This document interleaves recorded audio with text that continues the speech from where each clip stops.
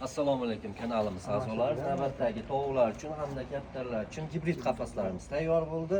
Sizlar bilan bo'lishamiz. Undan avval esa har doimgidek sizlardan bir donadan lak bosib qo'ysalaring juda ham xursand bo'lardik. Qafasimiz 2 ga 1. Yonida tuxumlash xonalari mavjud. 2 ga ajratilgan. O'rtasidan bo'lingan, ranglari esa gansivitni berganmiz va yo'llariga mramor shaklini chiqarganmiz. Siliklari har doimgidek mana oldida tarnovlari suv oqib ketish uchun don ishlari ham juda ham sipirlashli holatda chiroyli qilib o'rnatganmiz. Eshiklarga bitta baho beribsizlar, 3/2 profil ishlatganmiz. Juda ham chiroyli mana xo'raschalar bilan o'rnatganmiz.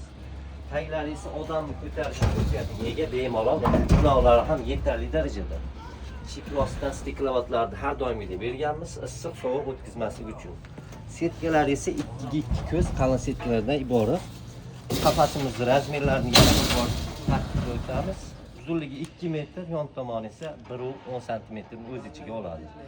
Mana bu yerda esa tagi tovuqlar uchun tepalari, qushlar uchun mo'ljallangan gibrid qafasimiz 2 etajli ajratilgan. Razmerlari balandligi 2.20, uzunligi 1.5, eniga 1.10 sm o'z ichiga oladi. Ichida 6 dona uyalari mavjud. Tepada bitta parlash xonalarini o'rnatganmiz. Qo'noqlari yetarli darajada. Pastda esa mana oxirdon idishlari, mushuklar bu yoqdan ovqatiga xalaqit qilmaydi albatta. Eshiklari 3/2 profildan ishlatganmiz va ajratganmiz tilla qo'ng'iz rangi. Yo'llariga sifatli MDFlardan suv shimmaydigan qilib o'rnatganmiz.